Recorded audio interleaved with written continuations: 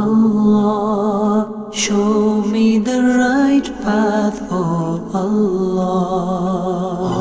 Allah, show me the right path, oh Allah. अल्हम्दुलिल्लाहि रब्बिल आलमीन वस्सलातु वस्सलामु अला सय्यिदिल अंबियाइ वल मुरसलीन अम्मा बाद फ़अऊज़ु बिल्लाहि मिनश शैतानिर रजीम बिस्मिल्लाहिर रहमानिर रहीम अस्सलातु वस्सलामु अलैका या रसूलल्लाह व अला आलिका व अस्हाबिका या हबीबल्लाह अस्सलातु वस्सलामु अलैका या नबियल्लाह व अला आलिका व अस्हाबिका या नूरल्लाह। नाज़रीन, प्रोग्राम है हाउ टू फेस प्रॉब्लम्स। जी हाँ, पिछले एपिसोड में हमने जिन प्रॉब्लम्स पर डिस्कस किया था वो थी बिज़नेस रिगार्डिंग प्रॉब्लम्स। बिज़नेस में ऐसी कौन कौन सी प्रॉब्लम्स है जिसकी वजह से हम फेल हो रहे हैं, बिज़नेस ग्रो नहीं हो रहा है, डिस्कशन हुआ था। आज भी हम इसी टॉपिक को कंटिन्यू करेंगे और वो और कौन कौन सी प्रॉब्लम्स है जिसकी वजह से हमारा बिज़नेस ग्रो नहीं हो रहा है, हम फेल हो रहे हैं, हमें मायूसी आ रही है, मायूसी और डिप्रेशन का हम शिकार हो रहे हैं। तो मज़ीद कुछ प्रॉब्लम्स को डिस्कस करेंगे और ये प्रॉब्लम्स क्यों आ रही है वो भी इंशाल्लाह हम सुनेंगे। हमारे साथ एक बार फिर हमारे प्रोफेसर अहमद रज़ा शेख ये हमारे साथ इस सिलसिले में हाजिर हैं और इंशाल्लाह हम इनसे कुछ सवालात करेंगे बिज़नेस रिगार्डिंग प्रॉब्लम्स के ताल्लुक़ से और इंशाल्लाह इनके प्यारे प्यारे जवाबात ज़रूर सुनेंगे। आइए सबसे पहले दुरूद पाक की फ़जीलत सुनते हैं। अल्लाह पाक के प्यारे नबी मोहम्मद अरबी सल्लल्लाहु अलैहि वसल्लम की ज़ात मुबारका पर जो कोई रोज़ाना 500 मरतबा दुरूद पाक पढ़ता है तो उलमा इकराम इरशाद फरमाते हैं कि वो दुनिया में किसी का मोहताज ना होगा। तो नाज़रीन, नियत करें, रोज़ाना 500 मरतबा दुरूद पाक पढ़ने का अगर मामूल बना लेते हैं तो दुनिया की मोहताजी दूर हो जाएगी। और इसका एक आसान तरीका ये है कि हर नमाज के बाद हम 100 मरतबा दुरूद पढ़ने का अगर मामूल बना लेते हैं तो 5 नमाज की निस्बत से 500 मरतबा दुरूद पाक पढ़ने की सआदत हासिल हो जाएगी। नाज़रीन, बिज़नेस करना, हर कोई चाहता है कि मैं बिज़नेस करूं, मैं एक सक्सेसफुल बिज़नेसमैन बनूं, मगर बिज़नेस में हम कामयाब नहीं होते। एक सक्सेसफुल बिज़नेसमैन को कैसा होना चाहिए, आइए हम प्यारे आका सल्लल्लाहु अलैहि वसल्लम का मुबारक फरमान सुनते हैं। हज़रत मुआज़ बिन जबल रदी अल्लाह तआला अन्हु से रिवायत है कि अल्लाह पाक के प्यारे नबी मोहम्मद अरबी सल्लल्लाहु अलैहि वसल्लम ने इरशाद फरमाया, बेशक सबसे पाकीज़ा कमाई उन ताजिरों की है जो बात करें तो झूठ ना बोले, जब उनके पास अमानत रखी जाए तो उसमें खयानत ना करें, जब वादा करें तो उसकी खिलाफ वर्जी ना करें, जब कोई चीज़ खरीदें तो उसमें ऐब ना निकालें, जब कुछ बेचें तो उसकी बेजा तारीफ़ ना करें, जब उन पर किसी का कुछ आता हो तो उसकी अदायगी में सुस्ती ना करें, और जब उनका किसी और पर आता हो तो उसकी वसूली के लिए सख्ती ना करें। नाज़रीन, देखा आपने एक सक्सेसफुल बिजनेसमैन को कैसा होना चाहिए, एक ताजिर को कैसा होना चाहिए। ये उसूल प्यारे आका सल्लल्लाहु अलैहि वसल्लम ने बता दिए, प्रिंसिपल बता दिए कि वो सच्चा हो, झूठ ना बोले, अमानत में खयानत ना करे, अगर किसी का उस पर कुछ कर्ज़ा है तो वो कर्ज़ा देने में वो सुस्ती ना करे, और जब किसी को अगर उधार देता है, कोई गरीब है तो उससे लेने में वो सख्ती ना करे। तो इंशाअल्लाह इन फरामीन पर हम अमल करेंगे तो एक बेहतरीन, एक कामयाब ताजिर, एक कामयाब बिजनेसमैन हम बनने में कामयाब हो जाएंगे। तो नाज़रीन, आइए चलते हैं हम अपने टॉपिक पर कि बिज़नेस में वो कौन कौन सी प्रॉब्लम्स हैं जिसके सॉल्यूशंस हमारे पास नहीं हैं, हम परेशान हो रहे हैं, कामयाब नहीं हो रहे हैं। तो हमारे साथ माशाल्लाह रज़ा सर है। तो रज़ा सर, हम आपको वेलकम करते हैं एक बार फिर, आपकी आमद मरहबा। रज़ा सर, ये बताइए कि जो आजकल लोग बिज़नेस कर रहे हैं तो एक बड़ी प्रॉब्लम फाइनेंस की भी है। लोगों के पास पैसा नहीं है और बिज़नेस तो करना चाहते हैं मगर फाइनेंस ना होने की वजह से प्रॉपर बिज़नेस नहीं कर रहे हैं। तो ये भी एक प्रॉब्लम है। या कुछ लोग बिज़नेस तो करते हैं लेकिन थोड़ा सा पैसा लगाकर बिज़नेस शुरू करते हैं मगर बिज़नेस सक्सेस नहीं होता। तो ये फाइनेंस की जो प्रॉब्लम है इसको हम कैसे सॉल्व करें, इसका क्या सोल्यूशन है, इसको कैसे डील करें? बिस्मिल्लाहिर्रहमानिर्रहीम। अस्सलातु वस्सलामु अलैका या रसूल अल्लाह व अला आलिका व सहाबिका या हबीब अल्लाह। सर माशाल्लाह आपने ये बहुत अच्छा पॉइंट रेज किया है फाइनेंस के ताल्लुक से। गाड़ी जैसे पेट्रोल से चलती है वैसे ही बिजनेस फाइनेंस से चलता है। फाइनेंस तो यकीनन बिजनेस में कंपलसरी है। अब हमारे पास फाइनेंस नहीं है तो क्या करें? तो इसके देखिए कुछ हल हैं। There are 2-3 solutions. पहला तो ये है, purchase product on credit basis. Okay. यानी हम माल को थोड़ा क्रेडिट वगैरह पर लेने की कोशिश करें। आपके पास अगर फाइनेंस नहीं है, जो बड़े डीलर्स होते हैं जो माल को बेचते हैं और हम उनसे खरीदते हैं, तो आप उनसे क्रेडिट पर माल ले सकते हैं। इसके लिए ये ज़रूरी होगा कि पहले आप शुरू में थोड़ा कैश में उनसे माल खरीदें, फिर उसके कुछ महीनों बाद आप उनसे चाहें तो उधार में लें, मगर जिस तारीख को आपने उधारी अदा करने का वादा किया है, उस तारीख को हो सके तो उससे 1 दिन पहले आप अदा कर दें। इसकी वजह से आप उसका एतमाद जीतने में कामयाब हो जाएंगे और फिर अगली मर्तबा 50,000 की बजाय वो 1 लाख का माल आपको क्रेडिट पर देगा। सही। ये एक तरीका। अगर किसी के पास फाइनेंस नहीं है जी, तो वो उधारी पर माल ले सकता ले है। सकता है। लेकिन यही है कि वो अगर किसी से उधारी पर माल लेता है तो उसको यानी एक एतमाद और भरोसा जीतने के लिए उससे जो है पहले तो अगर कुछ पैसा है तो कैश में कर ले, बाद में फिर धीरे धीरे उधारी पे करे। जी, लेकिन जो डेट दी है उससे पहले ही उसकी उधारी चुका अदा दे, कर यानी दे। उसका कर्ज जी। अदा कर दे। अच्छा रजा सर, ये बताइए कि क्रेडिट भी नहीं मिल रहा, कोई उधार देने के लिए तैयार नहीं है, कोई गारंटर भी नहीं है कि जो हम पर एतमाद करें, तो अब इसका और क्या हल है? जी, हम कैसे फाइनेंस जनरेट करें, जी। कैसा क्रिएट करें कि हम फाइनेंस रहेगा तो बिजनेस कर पाएंगे, बिल्कुल प्रोडक्ट्स दुरुस्त। जो है वो परचेस कर पाएंगे। तो और कोई सोल्यूशन है कि हम हमारे पास फाइनेंस जनरेट हो जाए? देखिए अब इसका ऐसा है कि अगर कोई हमें माल क्रेडिट पर नहीं दे रहा है, so we have one more method of generating finance. Okay. Finance generate करने का एक और तरीका ये है कि we should make someone a business partner. हम किसी को पार्टनर बना लें, उससे हम जो भी तयशुदा शराइत हैं उस पर हम पार्टनर बना लें। मुनाफे की शराइत होती है और जो भी दीगर होती है। अब पार्टनर की भी 2 किस्में होती है। एक होता है जो पैसा लगाता है मगर काम नहीं करता, और एक होता है वर्किंग पार्टनर। वर्किंग पार्टनर भी 2 टाइप के होते हैं। ये पैसा नहीं लगाता मगर काम करता है, एक ये टाइप होती है, और ऐसा भी लगाता है और काम भी करता है, ये दूसरी टाइप है वर्किंग पार्टनर की। तो हम किसी को एतमाद में लेकर उसको सारा सिनेरियो समझाकर अपना पार्टनर बना ले। फिर भी यहाँ वही बात आएगी, अगर आपके अखलाक अच्छे हैं, आपकी समाज में छाप अच्छी छूटी हुई है, आपकी इमेज अच्छी है, तो कोई आपको अपना पार्टनर बनाना चाहेगा या खुद आपका पार्टनर बनना चाहेगा। जी माशाल्लाह, बहुत अच्छी बात कही कि अगर फाइनेंस नहीं है तो किसी का पैसा हम यूज़ करें, उसके लिए उसको पार्टनर बना लें, है ना। यहाँ पर एक बात जो है वो समझने की, नाजरीन बहुत सारे लोग इसमें मिस्टेक करते हैं कि पैसा नहीं है ना तो वो सूद पर पैसा ले लेते हैं, और बिज़नेस की नो हाउ है नहीं, और सूद पर पैसा ले लिया, बिज़नेस में लगा लिया, और बिज़नेस में नुकसान हो जाता है। फिर वो सूद का कर्ज़े पे कर्ज़ा चढ़ता चला जाता है और वहाँ वो बेचारा डैमेज हो जाता है, उसकी इमेज डैमेज हो जाती है और वो डिप्रेशन का शिकार हो जाता है, बीमार हो जाता है। तो ये गलती ना करें। अगर पैसा नहीं है ना तो किसी बाएतमाद शख्स को, नेक नमाजी शख्स को, उसको आप बिज़नेस की सारी जो है वो स्ट्रेटेजीज़ बताएं कि बिज़नेस कैसा है। पहले तो ज़रूरी ये है जो पिछले एपिसोड में बताई गई कि बिज़नेस की नॉलेज लेना ज़रूरी है।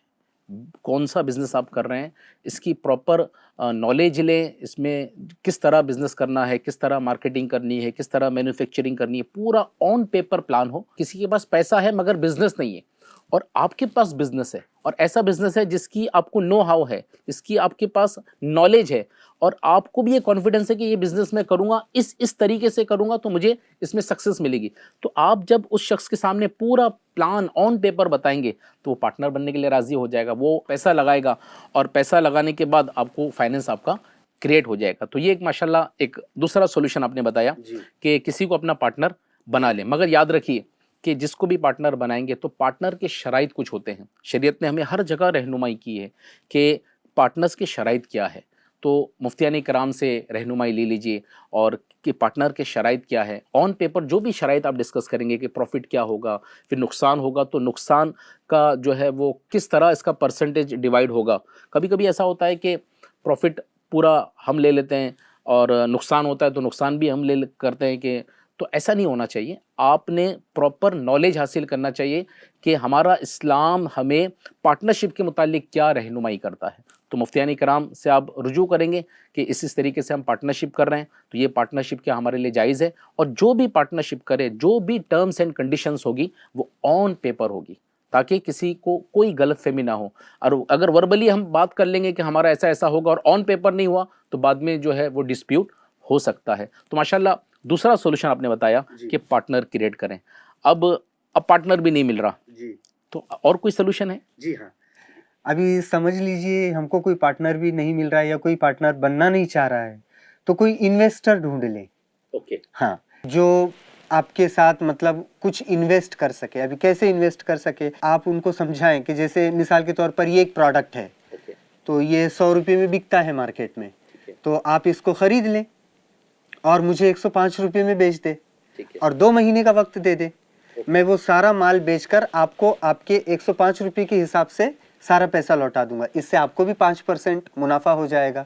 तो इस तरीके से हम इन्वेस्टर का भी इस्तेमाल इसमें कर सकते हैं। मगर फिर यहाँ वही बात जो आपने अभी इरशाद फरमाई कि दारुल इफ्ता अहले सुन्नत से, मुफ्तियान इकराम से रहनुमाई लें।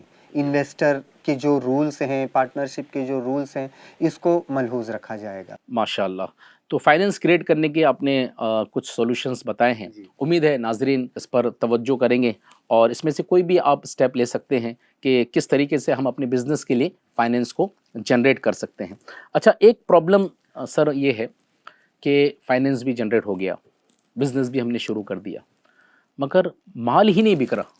प्रॉब्लम भी तो ये है ना कि माल ही नहीं बिक रहा है। जी, अच्छा, माल नहीं बिकेगा तो डेड स्टॉक हो जाएगा। तो ये माल नहीं बिक रहा है, डेड स्टॉक हो जा रहा है, फाइनेंस का जो रोटेशन है ये स्टॉप हो जा रहा है। अब किसी से इन्वेस्ट जो करवाया, पैसे करवाया, उसको 2 महीने के अंदर, 3 महीने के अंदर पेमेंट भी वापस करना है, या किसी से उधार लिया उसको पैसे देना है, लेकिन अब माल ही नहीं बिक रहा और पूरा डेड स्टॉक पड़ा हुआ है। तो अब ये डेड स्टॉक होता क्यों है? माल हमारा नहीं बिकता तो कभी कभी ऐसा महसूस होता है कि नज़र लग गई या किसी ने जादू कर दिया, बहुत सारे ख्यालात आते हैं। तो इसके भी कोई सॉल्यूशंस हैं कि यानी डेड स्टॉक हो जाता है, माल नहीं बिकता? जी हाँ, आप जो इरशाद फरमा रहे हैं बिल्कुल ऐसी सिचुएशन तो होती है कि माल बस जमा होता रहता है, वो डेड स्टॉक बन जाता है। तो पहले तो हमको इसकी वजूहात जाननी होगी कि ये डेड स्टॉक हो क्यों रहा है। देखिए, एक बात याद रखें, आप अपनी शॉप में कोई चीज बेच रहे हैं तो लोगों को वो पता भी तो हो कि आप वो चीज बेच रहे हैं। जी जी जी। लोगों को इल्म भी तो हो कि ये चीज यहाँ मिलती है। पहली बात, people should know your products. या तो उसके लिए आपको क्या करना पड़ेगा, आप अपनी दुकान के बाहर बैनर लगा दे, फ्लेक्स लगा दे, बोर्ड लगा दे और उस पे अपने प्रोडक्ट का नाम और उसके जो भी 3-4 मेन फीचर्स है वो लिख दे। तो ये एक इसका सोल्यूशन है। अच्छा, दूसरा ये कि आप ये चेक कर लीजिए कि आपने जो माल अपने शॉप में या स्टोर में रखा है क्या उसकी डिमांड है। यानी परचेस करते टाइम पर इस बात का ध्यान रखना है कि मैं जो प्रोडक्ट खरीद रहा हूँ इसकी मार्केट में डिमांड है या नहीं है, या मैं जो रेट में खरीद रहा हूँ तो मैं जो रेट में बेचूंगा तो क्या ये रेट में माल बिकेगा कि नहीं बिकेगा, यानी इसकी यानी प्रॉपर मालूमात हासिल कर लें। या फिर इसका ये भी हो सकता है कि आपने माल खूब महंगा कर रखा है, हाँ, प्रॉफिट ज्यादा प्रॉफिट हासिल करने के लिए आपने माल महंगा कर रखा है, तो फिर वही माल समझ लीजिए सामने वाली शॉप पर 50 रुपये में है और आपके पास 60 रुपये में, तो फिर आपके पास वो कैसे आएंगे? आपने तो मुनाफे की मार्जिन ज्यादा रखी हुई है। तो ये सारी वजूहात होती है। और एक इसमें सबसे अहम बात यह है कि आप जो माल बेच रहे हैं उसकी क्वालिटी चेक कर लीजिए। उसकी क्वालिटी अच्छी है क्या? क्वालिटी वाला अच्छा माल होता है तो वो तो बिक जाता है। तो ये सारी चीजें हैं। अपनी दुकान के बाहर उसका एडवर्टीजमेंट कर दें कि ये चीज हम रखते हैं। उसके बाद सोशल मीडिया का इस्तेमाल करें। सोशल मीडिया पे मुख्तलिफ प्लेटफॉर्म्स का आप इस्तेमाल कर सकते हैं, उस पर आप अपने प्रोडक्ट का ऐड कर सकते हैं। उसके बाद उसकी क्वालिटी भी अच्छी रखें और जो इन डिमांड है प्रोडक्ट उसका ही आप इस्तेमाल करें और जो एक मुनासिब मार्जिन है प्रॉफिट का आप उसको लें। ज्यादा हाई प्रॉफिट पर जाएगी फिर वो डेड स्टॉक होता चलेगा। हम लोग जो डिस्कस कर रहे हैं कि कम प्रॉफिट में माल बेचना है, प्रोडक्ट खरीदने से पहले उसकी डिमांड क्या है उसको देखना है, लेकिन अब हो चुका है ना, अब तो स्टॉक हो गया, अब उसको बेचने की भी कोई है टिप्स, कोई ऐसा कि अब ये डेड स्टॉक हो गया तो उसको मैं क्लियर कैसे करूं? जी जी जी जी। तो एक फ्रूट्स की या वेजिटेबल्स की एग्जाम्पल आप याद रखिए। फ्रूट्स और वेजिटेबल ये ऐसी चीजें हैं जो अगर रखे रहेंगे तो खराब हो जाएंगे। तो जो फ्रूट बेचने वाले होते हैं या वेजिटेबल बेचने वाले होते हैं, वो सुबह तो अच्छे ठीक ठाक मार्जिन के साथ वो अपना माल बेचते हैं, लेकिन जैसे ही शाम होने को आती है, रात करीब आती है, अब उनको माल वो बेचना है, वरना दूसरे दिन उसकी क्वालिटी खराब हो जाएगी, कोई खरीदेगा नहीं। तो वो माल निकालने के लिए थोड़ा सा प्रॉफिट का मार्जिन भी कम कर देते या हैं। कभी कभी रेट टू रेट भी बेच देते जी, हैं। कभी कभी कॉस्ट टू कॉस्ट बेच देते, कभी नुकसान भी उठा लेते हैं। कभी कुछ नुकसान इसलिए उठाते हैं भाई कि सुबह में वो जो कमाया था थोड़ा सा, वो इधर बैलेंस हो जाएगा। जी, यानी सुबह अगर समझो उसने जो प्रॉफिट ऑफ मार्जिन था, अब ये 80% प्रॉफिट कमाया है ओवरऑल और 20% नुकसान हुआ है, तो वो मैनेज हो जाता है। ओवरऑल ये है कि अगर डेड स्टॉक नज़र आ रहा है तो उसको क्लियर करने के लिए जो है कुछ स्ट्रेटेजीज अपनाएं। उसमें ये है या तो प्रॉफिट कम कर दें या तो रेट टू रेट बेच दें, ठीक है ना। अच्छा, एक और जो है देखने में आता है कि स्कीम्स वगैरह कंपनी निकालती है, यानी स्टॉक क्लियरेंस के लिए। वो एक बोर्ड लगा रहता है, स्टॉक क्लियरेंस, यानी ये तो बड़ी बड़ी कंपनी भी करती है कि वो कुछ स्कीम्स वगैरह निकालती है, एक चीज़ पर एक चीज़ फ्री दे देगी। अपना कंपनी भी तो अपना मार्जिन कम करती है ना, क्योंकि स्टॉक पड़ा रहेगा तो फाइनेंस का रोटेशन जो है वो रुक जाएगा। तो ये भी एक माशाल्लाह बहुत अच्छी स्ट्रेटेजी है कि हम अपने स्टॉक को क्लियर करने पर हम फोकस करें। लेकिन प्रॉब्लम भी तो ये है ना सर कि पता ही नहीं है कि डेड स्टॉक हो रहा है। जी हाँ।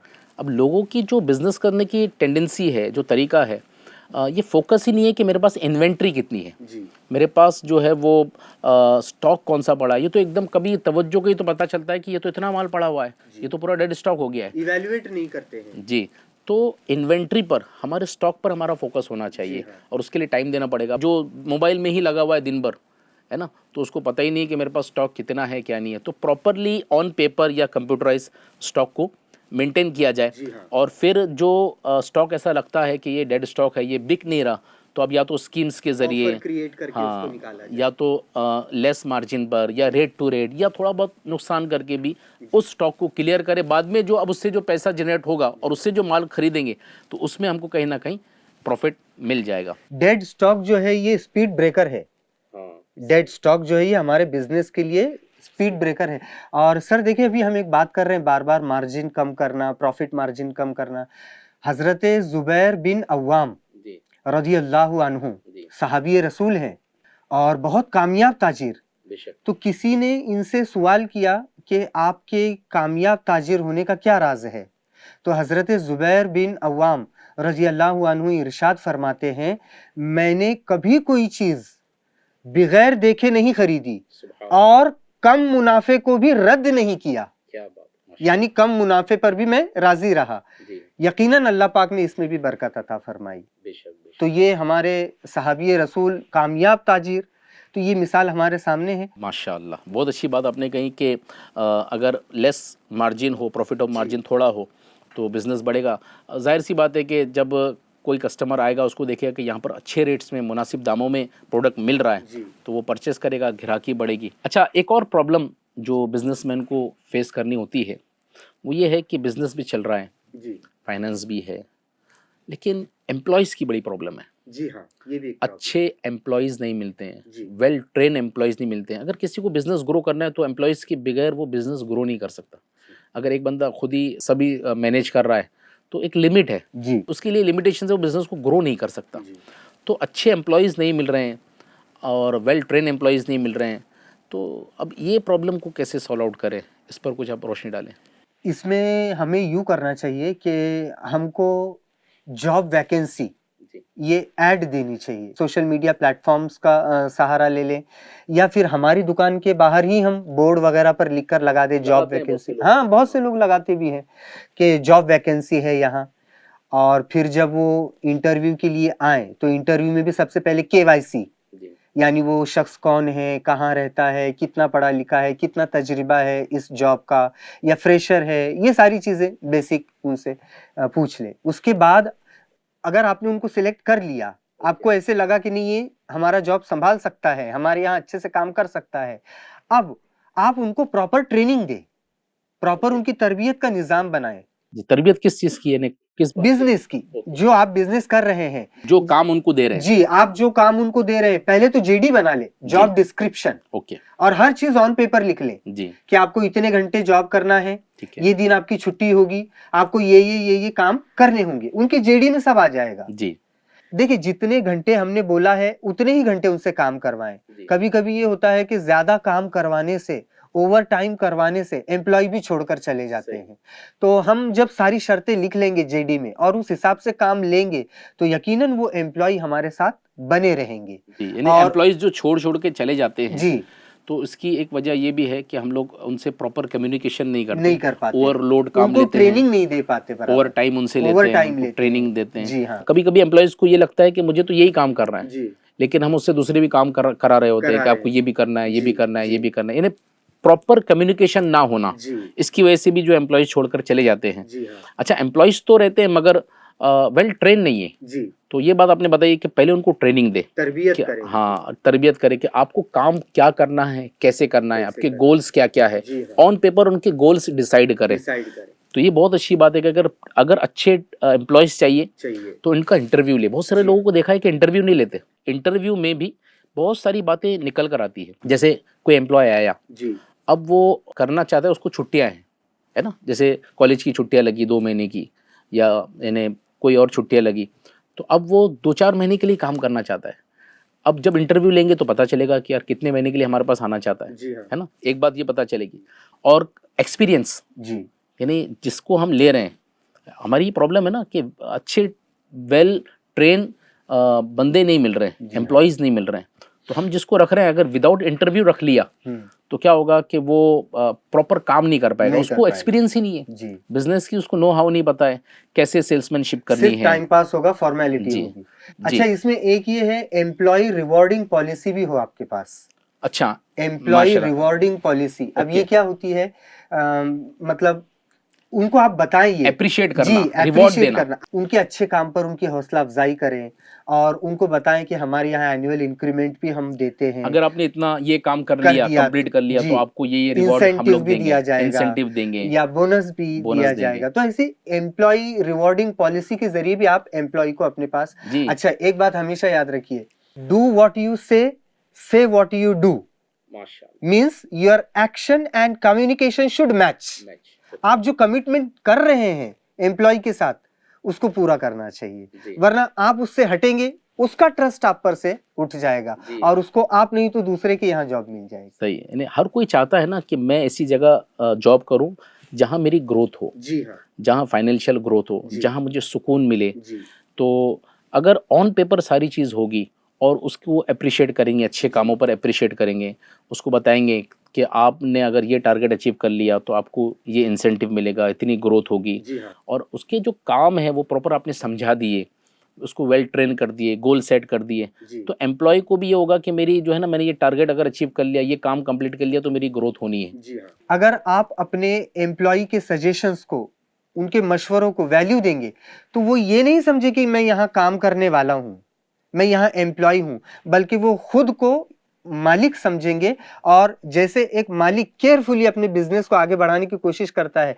वैसे एम्प्लॉय आपके शाना बशाना खड़े रहेंगे आपकी बिजनेस को आगे बढ़ाने के यानी एम्प्लॉयज भी मालिकाना रोल अदा करेंगे। अदा करें। जी माशाल्लाह, यानी उनको एम्पावर करें, हाँ, उनको हम रिस्पेक्ट दें, रिस्पेक्ट दें। और ये एहसास दिलाए कि आप भी इस बिज़नेस के एक पार्ट है, एक हिस्सा है, जी हाँ, और उनके मशवरे, उनके सजेशंस लें। जी हाँ, माशाल्लाह। यहाँ एक बात और सीखने को मिलती है नाजरीन, बहुत सारे लोग अपने एम्प्लॉयज़ को जो है चिल्लाते हैं, जी हाँ, उनको शाउट करते हैं, उनको उन पर नाराज़ होते हैं, उनकी गलतियों को बार बार उनको गलतियाँ बताते हैं।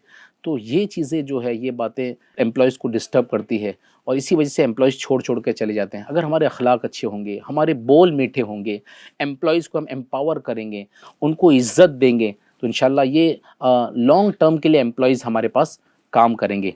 तो बहुत अच्छी बात आपने बताई कि एम्प्लॉयज़ को किस तरह हम जो है वो ट्रेन करें, किस तरह एम्प्लॉयज़ को रखें।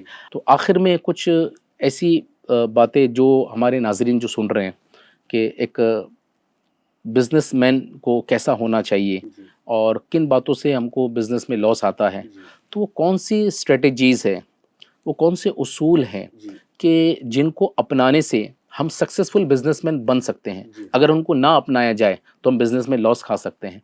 तो उन स्ट्रेटजीज को आप कुछ बयान करें। माशाल्लाह, ये बहुत अच्छा आपने सवाल पूछा है सर। बिजनेस को हमको मज़ीद सक्सेसफुल बनाने के लिए कुछ स्ट्रैटेजीज यकीनन हैं। उसमें से मैं चंद एक अर्ज करने की कोशिश करता हूँ। पहली ही स्ट्रैटेजी हमारी ग्राउंड पब्लिसिटी। ग्राउंड पब्लिसिटी क्या? अभी जैसे हर चीज़ की एडवर्टीजमेंट होती है, तो स्क्रीन एडवर्टीजमेंट होती है, स्क्रीन पर हम एडवर्टीजमेंट देखते हैं, मगर हमने क्या करना चाहिए? माउथ पब्लिसिटी करवानी चाहिए अपने प्रोडक्ट की। और वो कैसे होगी? जब आप कस्टमर की डिमांड्स पूरी करेंगे, क्वालिटी देंगे, तो वो खुद ब खुद आपके प्रोडक्ट की ग्राउंड लेवल पे पब्लिसिटी करेगा। और ये mouth publicity is the best publicity. यहाँ पर आपको कोई पैसा भी खर्च करना नहीं है और उस कस्टमर का भरोसा भी जीत रहे हैं आप, और वो कस्टमर आपकी क्वालिटी लेने के बाद कितने लोगों को आपसे जोड़ेगा। यानी यही है कि कस्टमर सेटिस्फेक्शन। अगर कस्टमर सेटिस्फाइड होगा तो बाय डिफॉल्ट वो आपके प्रोडक्ट्स की और आपकी शॉप की जो है वो माउथ पब्लिसिटी करेगा। अच्छा, दूसरा एक पॉइंट है वही कस्टमर सेंट्रिक। आपका बिजनेस जो है वो कस्टमर सेंट्रिक होना चाहिए। यानी कस्टमर की जरूरतें क्या हैं, उसको क्या प्रॉब्लम होती है आपका प्रोडक्ट खरीदने में। कभी पैसे की प्रॉब्लम, महंगा होगा आपका प्रोडक्ट तो उसको क्या प्रॉब्लम होती है, क्या उसकी जरूरतें हैं, क्या उसकी टर्म्स एंड कंडीशन है, उसके हिसाब से अगर आपकी बिजनेस एक्टिविटी कस्टमर के अराउंड घूमेगी। याद रखिए, if your business is customer centric, definitely your business is success centric. क्योंकि आफ्टर ऑल हमें सक्सेस कहां से मिलने वाला है? तो कस्टमर को जो चाहिए वो प्रोडक्ट्स अगर हमने रखा तो बाय डिफॉल्ट कस्टमर हमारे से अटैच होगा। और कस्टमर्स को जो चाहिए वो हमने नहीं रखा, या ऐसे रेट्स में चाहिए वो रेट्स हमने या वैसी सर्विस न दी, वैसी क्वालिटी न दी जी। अच्छा, एक और बात है, देखिए गांव में, शहर में हमारे खानदान की इज्जत होती है, हमारे बाप दादाओं की इज्जत होती है। तो हम हमेशा गांव में इस अंदाज में जीते हैं कि मैं कोई ऐसा काम ना करूं कि मेरी वजह से मेरे खानदान पर आंच आए, मेरे बाप दादा की इज्जत पर कोई आंच आए। बल्कि हम क्या करते हैं? मेरे खानदान की इज्जत बढ़े, ऐसा काम करते हैं, मेरे बाप दादा का नाम बढ़े, हम ऐसा काम करते हैं। तो हमको इसमें भी हमेशा रेपुटेशन मैनेजमेंट के उसूल को फॉलो करना चाहिए। हमारे बिजनेस का रेपुटेशन बना रहे, हम ऐसा कोई भी काम ना करें जिसकी वजह से हमारे बिजनेस की इज्जत को दाग लगे। जब हमारे बिजनेस की इज्जत को दाग लगेगा, वो ऑटोमेटिक डाउनफॉल की तरफ जाएगा, और हम उसकी इज्जत बढ़ाने की कोशिश करते रहेंगे तो ऑटोमेटिक बिजनेस ग्रो होगा। यानी ये इसको इस तरह हम समझ सकते हैं कि आप जो प्रोडक्ट बेच रहे हैं वो अगर क्वालिटी बेस्ड प्रोडक्ट होगा, हमारी रेपुटेशन खराब नहीं होगी, है ना। तो क्वालिटी बेस्ड प्रोडक्ट को बेचने के लिए एक बात ये भी ज़रूरी है, हम वो प्रोडक्ट बेचें जिसकी कस्टमर को डिमांड है। कस्टमर वो प्रोडक्ट पसंद करता है जो जिसका नाम है, जिसका मार्केट में नाम है, जो ब्रांड है। अब ये भी देखने में आता है कि बहुत सारे लोग माल बेचते हैं लेकिन ब्रांडेड माल नहीं बेचते। वो वही माल बेचना पसंद करते हैं जो सस्ता है, जो जिसमें प्रॉफिट ऑफ मार्जिन ज़्यादा है। अब जो सस्ता माल बेचेगा कि यार ये सस्ता बेचूंगा तो मेरे को इसमें ज़्यादा प्रॉफिट मिल जाएगा, तो इस वजह से भी जो है हमें रेपुटेशन पे जो है दाग लगते हैं। अगर ब्रांडेड होगा तो ब्रांडेड में क्या होगा कि कस्टमर का ट्रस्ट होगा कि यहाँ पर ये ब्रांडेड माल बेच रहे हैं, तो कस्टमर की डिमांड भी फुलफिल होगी। तो ब्रांडेड प्रोडक्ट्स को बेचना चाहिए, ऐसे प्रोडक्ट्स को बेचना चाहिए जो क्वालिटी भी, लोग उसको जानते हो, उस कंपनी को जानते हो। अच्छा, one very important strategy, you must have heard the words cricket pitch, football pitch. ये वर्ड्स तो आपने सुने हैं। क्रिकेट पिच होता है, फुटबॉल पिच होता है। In the same way we have business pitch, so we should adopt the policy of business pitch settlement. हम जैसे ही कोई नया बिजनेस शुरू करें तो शुरू में ही प्रॉफिट प्रॉफिट प्रॉफिट का नारा बुलंद ना करें, पहले अपने आप को अच्छे से सेटल कर ले। जब आप सेटल हो जाएंगे, अपनी जात को मनवा लेंगे, तो फिर लोग आपकी बात भी मानेंगे, फिर आप जो माल बेचेंगे वो बाउंड्रीज और सक्सेस जैसा होगा। माशाल्लाह। ये नहीं, ये भी यानी हमने बड़ों से सुना है जो अच्छे बिजनेसमैन है कि बिजनेस को सेटल होने के लिए मिनिमम 2 साल तो लगती है। जी हाँ। तो 2 साल में वो समझ लेता है कि यहाँ कस्टमर्स की डिमांड क्या है, कस्टमर्स किन प्रोडक्ट्स की डिमांड कर रहा है। ब्रांडेड प्रोडक्ट्स की डिमांड कर रहा है, क्वालिटी किस टाइप की, वैराइटीज़ कौन सी कस्टमर्स डिमांड कर रहा है।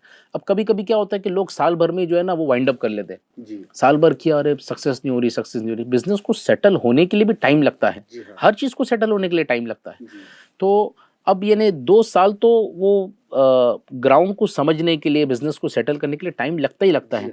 और उसमें भी आपने बहुत अच्छी बात की, जो हमारे बुजुर्गान दीन और साहबा इकराम के मलफूजात में मिलते हैं कि प्रॉफिट कम रखें, कस्टमर को अट्रैक्ट करने के लिए, कस्टमर का ट्रस्ट जीतने के लिए कि आप कोई भी प्रोडक्ट बेच रहे हैं तो मिनिमम प्रॉफिट पे बेचें। जी तो मिनिमम प्रॉफिट पे बेचेंगे, कस्टमर्स की डिमांड को समझेंगे और थोड़ा सब्र रखेंगे तो इंशाल्लाह अज़्ज़ा वजल जो है वो बिज़नेस को कैसे करना है, किन प्रोडक्ट्स को बेचना है, उसकी नो हाउ हमें पता चल जाएगी। एक और स्ट्रैटेजी है बिजनेस को ग्रो करने की, ये है कस्टमर टेलरिंग अप्रोच।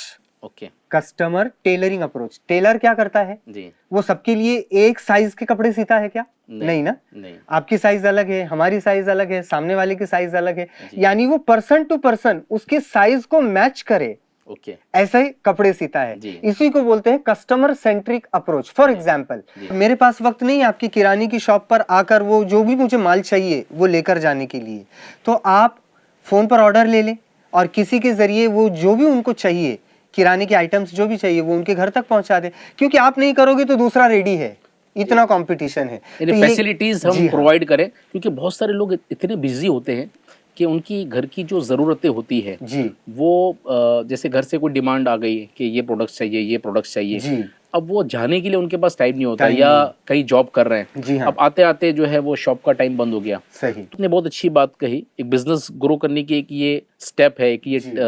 तरीका है कि हम लोगों को फैसिलिटेट करें।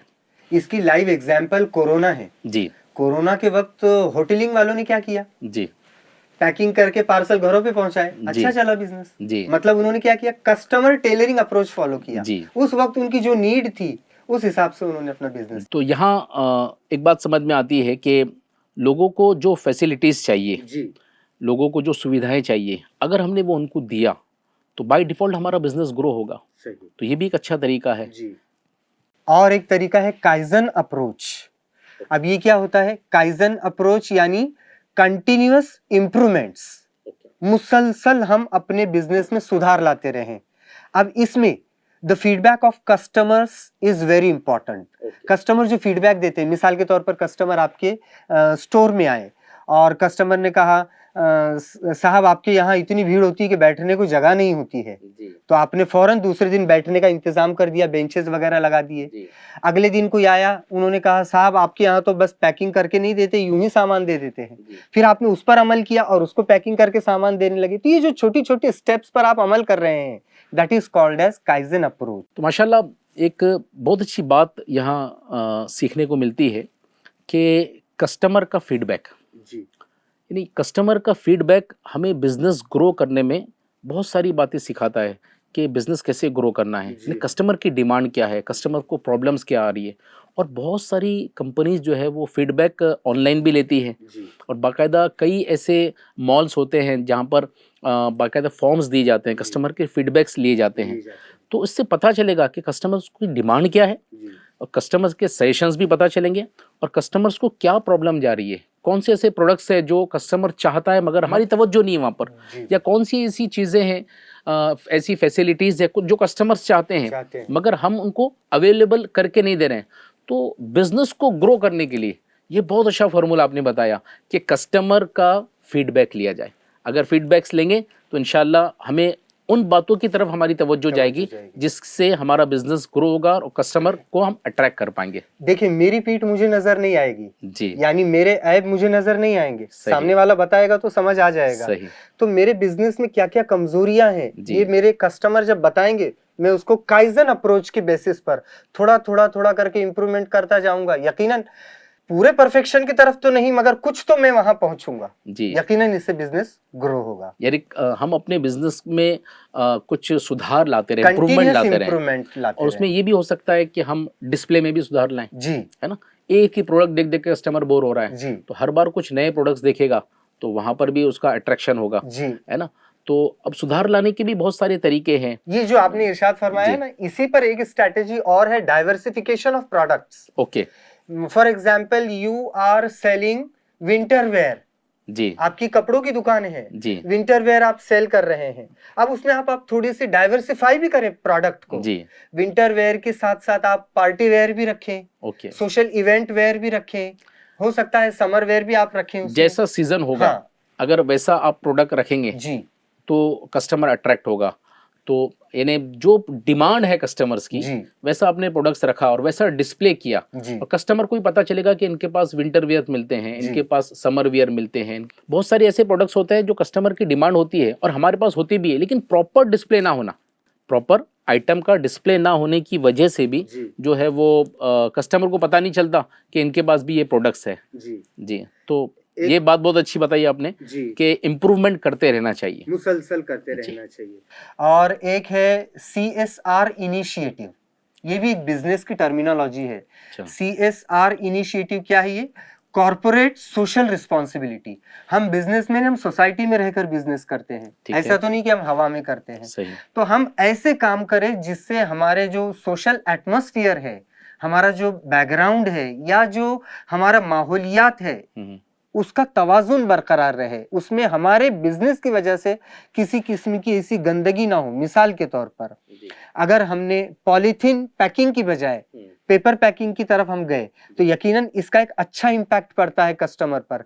ये इम्पैक्ट पड़ता है कि हम जिस सोसाइटी में रहते हैं ये बिजनेसमैन उस सोसाइटी को खराब नहीं करता है, इसने कोई दूसरा ऑल्टरनेटिव ढूंढ निकाला है। इसी को कहते हैं CSR इनिशिएटिव। जी, और मैंने ये भी देखा है कि जब लोग कोई ऐसी जगह पे जाते हैं जहाँ पर फूड वगैरह सर्व किया जाता है ना, तो अब वहाँ पर अगर हाइजीन को मेंटेन किया जाए, साफ सफाई को मेंटेन किया जाए, बहुत से लोग को हाथ उनके वॉश नहीं होते हैं, जी, खाना देते हैं लेकिन प्रॉपर यानी उनका क्लीननेस नहीं होती। जी जी तो ये जो है तरीका, अगर क्लीनलीनेस रखी जाए, साफ सफाई रखी जाए, बिलखुसूस जो ऐसे प्रोडक्ट बेच रहे हैं जिसका ताल्लुक खाने से है, जी हाँ तो वहाँ साफ सफाई, हैंड ग्लोव्स ऐसे अभी आते भी हैं जिसकी वजह से जो है वो हाथ गंदे नहीं होते। जी तो उस पर तवज्जो दी जाए तो इससे भी कस्टमर अट्रैक्ट होता है। जी हाँ जी, सही। माशाल्लाह। और इसमें मजीद एक आखिरी बात अर्ज करूंगा। जी हमारे बिजनेस में we should have event trigger business. Okay. Trigger यानी क्या? जी। किसी को किसी काम पर उभारने वाली चीज, जी, अट्रैक्ट करना उसको। अट्रैक्ट करने वाली चीज, जी उसको कहते हैं ट्रिगर। ओके। अब मिसाल के तौर पर मैंने ये अर्ज किया कि हमारी पॉलिसी कैसी हो बिजनेस की? जी इवेंट ट्रिगर पॉलिसी हो। ओके। इसी को मोमेंट मार्केटिंग भी कहते हैं। अच्छा। मोमेंट यानी लम्हा, जी मोमेंट यानी लम्हा, पल। जी तो कुछ लम्हे, कुछ पल, कुछ घड़ियां कस्टमर की जिंदगी में स्पेशल होती है। ओके। जैसे उसका बर्थडे है, शादी की सालगिरह है, जी या ईद का त्यौहार है, जी तो ऐसे इवेंट्स पर आप कुछ स्पेशल ऑफर क्रिएट करें जी, माशाल्लाह। और इस ऑफर के जरिए आप उनको स्पेशल डिस्काउंट दे जी या कोई तो भी और ऐसा ही अच्छा ऑफर उनको दे, तो जी। यकीनन इससे भी बिजनेस ग्रो होता है। माशाल्लाह माशाल्लाह। यानी आपने ऐसी ऐसी स्ट्रेटजीज बताई कि जिससे कस्टमर अट्रैक्ट होता है। अट्रैक्ट होते हैं ऐसे हम जायज़ काम करें जी जिससे कस्टमर अट्रैक्ट हो जी और उनको एक उनके दिल में खुशी दाखिल हो सही कि जैसे मैं पुराना कस्टमर हूँ और मैं हमेशा आता हूँ तो उन्होंने मुझे ये गिफ्ट किया, जी हाँ, है ना, सीनियर और- कस्टमर जी। पॉलिसी हो कुछ। तो ऐसी लोग, बहुत सारे बिजनेसमैन ऐसी स्ट्रेटजीज अपनाते हैं जिससे उनका कस्टमर जो है वो हमेशा के लिए उनसे बाउंड रहता है। जी तो ये स्ट्रेटजीज अगर हम अपनाते हैं तो इससे हमारा बिजनेस जो है वो ग्रो होगा। आपने ज्वेलर्स को देखा होगा, ईद जी। का जब मौका आता है तो फौरन मोबाइल में मैसेजेस आने शुरू हो जाते हैं जी कि जी ईद जी के मौके पर हम आपको इतना डिस्काउंट देंगे इस टाइप की ज्वेलरी पर। तो ये वही है, इवेंट जी। ट्रिगर पॉलिसी है। माशाल्लाह। तो नाजरीन, आपने सुना कि ऐसी कौन कौन सी बातें हैं जिसकी वजह से हमारा बिज़नेस जो है वो ग्रो नहीं होता, और बिज़नेस हमारी प्रॉब्लम्स क्या है, इसके सॉल्यूशंस क्या है, बिज़नेस के स्ट्रेटजीज़ क्या है। और ये तो हमने कम वक्त में कुछ स्ट्रेटजीज़, कुछ बातें आपके सामने रखी, लेकिन मज़ीद बहुत कुछ सीखने की ज़रूरत है। अगर एक अच्छा बिज़नेसमैन हमें बनना है तो हम कुरान और हदीस का मुताला करें, हम बुज़ुर्गान दीन की सीरत का मुताला करें। हज़रत अब्दुर्रहमान बिन औफ़, ये बहुत कामयाब ताजिर साहबी है, इनकी सीरत का मुताला करें।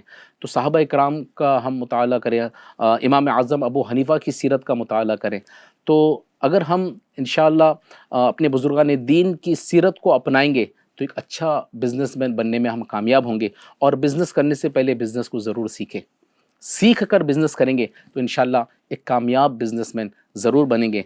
तो नाजरीन, अभी आपने जो बातें सुनी, इसको सिर्फ सुनना नहीं है बल्कि इसको नोट डाउन भी करना है। ये बहुत इंपॉर्टेंट बातें आपको जो है रज़ा सर ने बताई है, तो उसको नोट डाउन करें। और अगर आप बिज़नेस करते हैं तो गौर करें कि मैं ऐसी कौन कौन सी स्ट्रेटजीज़ है जिसको मैंने अपनाया नहीं है, और ऐसी में कौन कौन सी मेरी आदतें हैं जिसकी वजह से मेरा बिज़नेस इम्पैक्ट कर रहा है।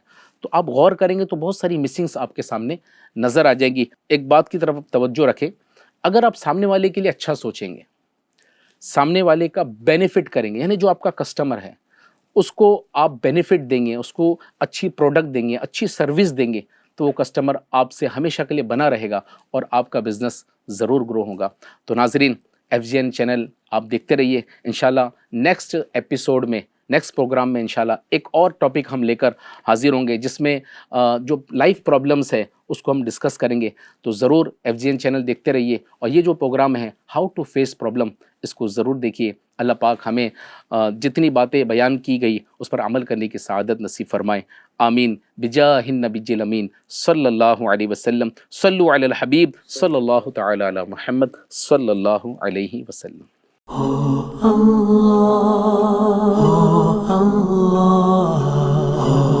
Allah, show me the right path, oh Allah. Allah, show me the right path, oh Allah.